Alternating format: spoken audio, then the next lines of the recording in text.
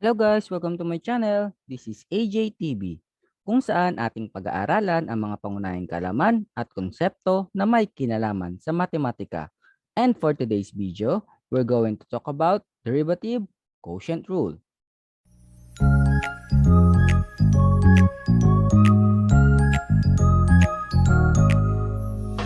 In our previous video, pinag-aralan natin ang ilan sa mga rules na ginagamit to calculate for the derivative of a certain function. Today, pag-aaralan natin ang isa pa sa mga rules na ito. At ito ang tinatawag nating quotient rule. Para ma-execute natin ang quotient rule, kailangan gamitin natin ang formula na to. F prime of x is equals to u b prime minus b u prime all over b squared. Okay, simulan na natin. So example number 1. We have y is equals to x squared plus 1 all over x cubed plus 3. So, dyan sa upper right corner ng screen natin, makikita natin yung formulang gagamitin natin. So, ang unang gagawin natin is to identify yung u at yung b natin. Ang u natin yung x squared plus 1 at ang b natin yung x cubed plus 3. So, sa madaling salita, yung ating u, yung numerator natin, at yung v natin yung ating denominator. Unlike sa product rule na pwede magbaliktad dito, ganyan lang yung order niya. Ang numerator ang u, at ang denominator ay b natin. So next na gagawin natin, kunin natin si u prime at si b prime kasi may u prime at b prime sa formula natin. So u prime equals yung derivative ni u. So since wala naman itong numerical coefficient, tatabi lang natin si 2 kay x. And then 2 minus 1 ay 1. So therefore, ang exponent natin wala nang isusulat. And then yung b prime natin equals, so, wala ring numerical coefficient. So, itatabi lang natin si 3 kay x. And then, 3 minus 1 ay 2. So, si 1 at saka si 3, parehas silang constant. Kaya 0 na sila. So, hindi na natin sila isusulat dito sa pinaka-derivative. Okay, so the derivative of y with respect to x is equals to yung v. Ang v natin ay x cubed plus 3. Yung derivative ng u, ang u natin ay x squared plus 1 minus yung u ulit, x squared plus 1 times yung derivative ni v na x cubed plus 3 all over yung squared ni b na x cubed plus 3. Okay, so next, i-substitute lang natin yung dalawang nakuha natin na ito using tong formula na to. Una, v. Ang v natin, di ba, x cubed plus 3. At yan. Times, sabi dito, u prime. Ano ba yung u prime natin? 2x. Minus, yung u natin. Anong u natin? X squared plus 1. Times, yung b prime natin, nakuha natin b prime ay 3x squared. All over, yung denominator natin, in-expand ko lang. Pero pwede rin namang hindi na-expand. Okay na, ganito na lang din yung denominator natin. So, pero dito sa video na to, in-expand ko siya. X cubed times x cubed ay x to the 6. 2 times 3 times x cubed ay 6x cubed. 3 times 3 ay 9. So, ito yung expanded form nito. Okay, so next, i-simplify natin yung numerator natin. So, 2x times x cubed ay 2x to the 4th. 2x times 3 ay positive 6x. Minus, so don't forget itong ating pinaka-parenthesis dahil minus po ang ating operation. Diba? Sa subtraction of polynomials, pinapalitan natin sign and subtrahend. So, yun ang purpose nito. Para hindi natin makalimutan, napalitan yung sign nila. So, pero bago lahat, i-distribute muna natin si 3x squared. 3x squared times x squared ay 3x to the 4th. 3x squared times 1 ay 3x squared. So, ngayon, since na-distribute na natin lahat, pwede na nating i-change yung sign nito. So, yung the rest, wala tayong gagawin doon. 2x to the 4th, copy lang. Positive 6x, copy lang. Then yung denominator, kinopy lang. So, ito lang papalitan natin. 3x to the 4th, positive yan, magiging negative 3x to the 4th. Positive 3x squared, magiging negative 3x squared. So, next ang gagawin natin, combining like terms. So, dito sa case na to, ito lang 2x to the 4th, tsaka negative 3x to the 4th, ang parehas yung exponent. So, sila lang yung similar term. So, since ganun lang, sila lang yung pwede nating i-combine. So, 2x to the 4th, tsaka negative 3x to the 4th, magkaibil sign, isang negative, isang positive, ibig sabihin, isa-subtract natin. 3 minus 2 ay 1. At dahil mas malaki si 3 kay 2, kakopy natin yung sign ni 3, which is negative. So, ibig sabihin, ang sign ni x to the 4th ay negative. Kaya magiging sagot ay negative x to the 4th. So, minus 3x squared kasi minus to, plus 6x kasi plus yon. So, in order na natin siya from highest degree to lowest degree. So, therefore, ang pinaka derivative ng ating function ay negative x to the fourth minus 3x squared plus 6x all over x to the 6 plus 6x cubed plus 9. Okay, next, we have y is equals to x cubed all over x squared plus 1.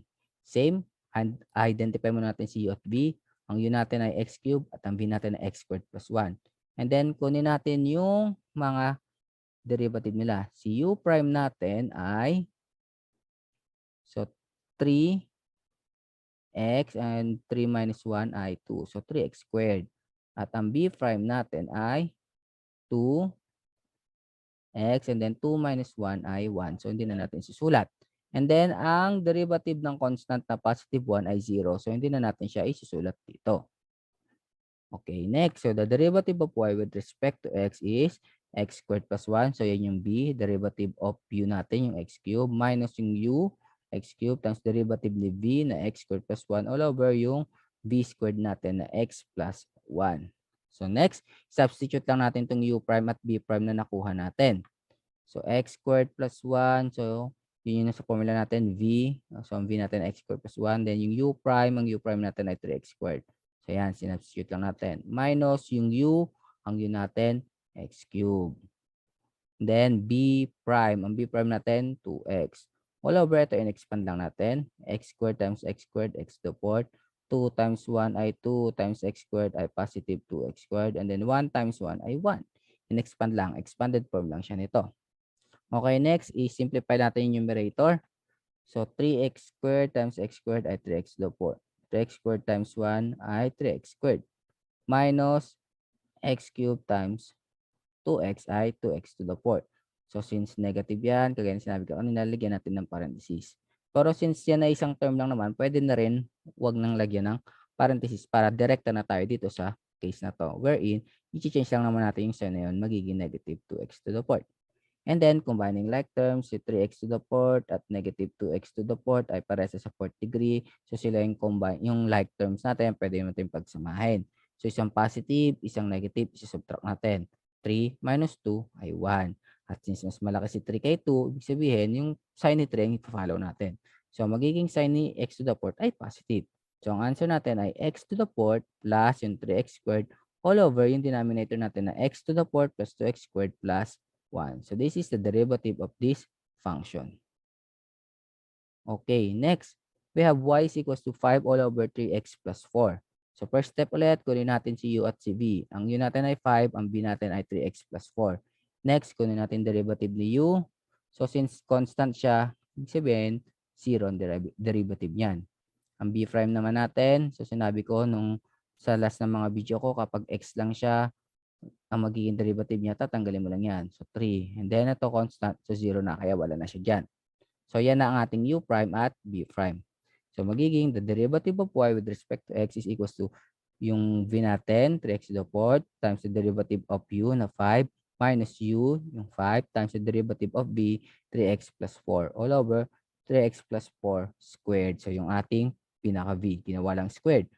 So, next, substitute na natin according dito sa formula. Ang una ay v at ang v natin ay 3x to the fourth. Ayan. Times yung u prime natin ay 0. Ayan. Minus yung u. Ang u natin ay 5. Ayan. Kaya 5 yan. Next times yung b prime natin. Ang b prime natin ay 3. Kaya 3 yan. Okay. Wala over ito. In-expand ko lang ulit. 3x times 3x ay 9x squared. 2 times 4, 8 times 3x ay 24x. And then 4 times 4 ay 16. So, expanded form nun. And then, simplify natin yung numerator. So, 3x plus 4 times 0. So, since multiply sa 0, tanggal na yan. And then, negative 5 times 3 ay negative 15. All over yung denominator natin na 9x squared plus 24x plus 16. So, ito ang kanyang derivative. Next, y is equals to 4x cubed minus 2x minus 10 all over 3x squared plus 5x minus 2. First step, identify muna natin si u at si v. Ang u natin ay 4x cubed minus 2x minus 10 at ang v natin ay 3x squared plus 5x minus 2. Next, ay kunin natin yung u prime natin. Ang u prime natin ay 3 times 4, 12. And then, copy lang natin si x. And then, 3 minus 1 ay 2. And then, ito naman, minus. Since x lang yan, tatanggalin lang natin yan. So, minus 2. And then, itong negative 10, ang derivative niya, 0. So, wala na siya. Ito lang yun. pinaka-u prime natin. Si b prime naman natin ay 3 times 2 o 2 times 3 ay 6. And then x. So 2 minus 1 ay 1. So since 1 na siya, hindi na natin siya kailangan isulat as exponent. Plus, dahil plus yun, kaya plus din yan. Since ito x lang, tanggalin natin yung x. So plus 5. So ito na ang derivative ni b prime dahil ang negative 2 ay constant at ang derivative niyan 0 na. Okay, next. So the derivative of y with respect to x is equals to 3x squared plus 5x minus 2. So kinakopy lang natin to pero hindi pa natin sinasagutan kaya may d over dx pa dyan. So yung ating pinaka-u ay 4x cubed minus 2x minus 10 minus yung u ulit na 4x cubed minus 2x minus 10 times the derivative of p natin na 3x squared plus 5x minus 2 all over yung pinaka b squared natin na 3x squared plus 5x minus 2 squared. So next, ang gagawin natin, isa-substitute na natin itong dalawang kinuha natin kanina. Okay, so ang b natin, 3x squared plus 5x minus 2, ayan yun, kinapi lang natin. And then yung u prime natin, nakuha natin, 12x squared minus 2, ayan yun. Minus, yung ating u, ano ba yun natin? 4x cubed minus 2x minus 10. So ayan, kinapi lang natin. Times yung b prime natin, nakuha natin 6x plus 5. Kaya yan, 6x plus 5 all over yung denominator natin kanina, copy lang natin. Okay. Next, ang susunod natin gagawin, since nakuha na natin yung derivative, ay i-simplify yung numerator. So, isa-isa dahil ito ay binomial at trinomial, so medyo mahaba yan. So, 12x squared times 3x squared ay 36x to the fourth. 12x squared times 5x ay positive 6x cubed. 12x squared times negative 2 ay negative 24x squared. Okay. So, tapos na tayo kay 12. Ang susunod naman natin kukunin ay walang iba kundi yung ating negative 2 naman. Siya naman ating isi-substitute. So, negative 2 times 3x squared ay negative 6x squared. Negative 2 times 5x ay negative 10x. Negative 2 times negative 2 ay positive 4. So, yan. So, okay na tayo sa part na to. Ito naman. So, don't forget yung ating pinaka parenthesis. Okay, so 6x muna. 6x times 4x cubed ay 24x to the fourth. 6x times negative 2x ay negative 12x. 6x times negative 10 ay negative 60x. Okay, so tapos na tayo doon. So si 5 naman. 5 times 4x cubed ay positive 20x cubed. 5 times negative 2x ay negative 10x. 5 times negative 10 ay negative 50. Okay, so since tapos na tayo dyan, ang susunod natin gagawin ay palitan yung sign nito ng mga nakuha natin dito. So since nasunod po siya ng parenthesis. So yung the rest, ikakapi lang natin. Mula kay 3x to the fourth hanggang kay 4. Ayan, kinapi lang natin lahat yan. Pati na rin yung denominator. So ito lang papalitan natin. 24x, positive yan, magiging negative. Negative 12x squared, magiging positive. Negative 60, magiging positive. Positive 20x cubed magiging negative at negative 10x magiging positive, negative 50 magiging positive. Ngayon tingnan natin kung sino yung magkakapares ng term. So gamit tayo ng iba't ibang shape para hindi tayo malilito kapag pinagsama-sama natin. So simulan natin kay 36x to the fourth. So hanap tayo ng to the fourth power din. So yan, so para silang circle. Next, yung mga cube. O, gamitin natin triangle. Hanap pa tayo ng cube. Yan, so dalawa lang sila. Next, yung squared. Oh, si squared o square na rin gamitin natin. Dalawa. Tatlo. Next, yung x. Oh, may negative dito tapos positive dito. Cancelin na lang natin. Paano din natin kailangan. So, since isa lang yung x, so, huwag na natin siyang bilugan or lagyan ng shape. Pati na rin yung dalawa. Dahil sila lang yung natitira. Okay, ngayon combine na natin yung mga pinagagawa natin sa ibabaw.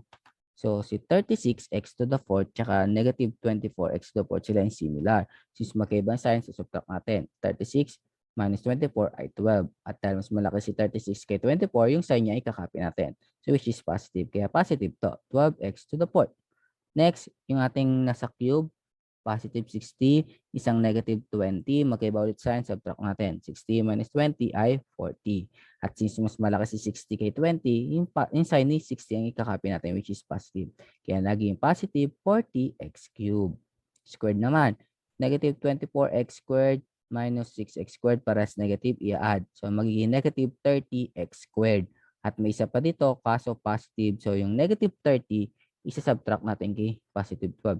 So 30 minus 12 ay 18. So since mas malaki na yung 30 kay 12, so yung sin ni 30 ang sign.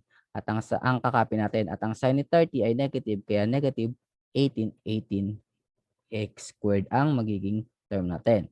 Plus, sa x natin, na-cancel na natin yung dalawa dahil magkaiba yung sign, natira lang si 60x. And then, yung 4 plus 50 ay 54 since pares naman sila na sign. All over yung ating denominator kanina. So, ang derivative nito ay 12x to the 4th plus 40x cubed minus 18x squared plus 60x plus 54 all over the square of 3x squared plus 5x minus 2.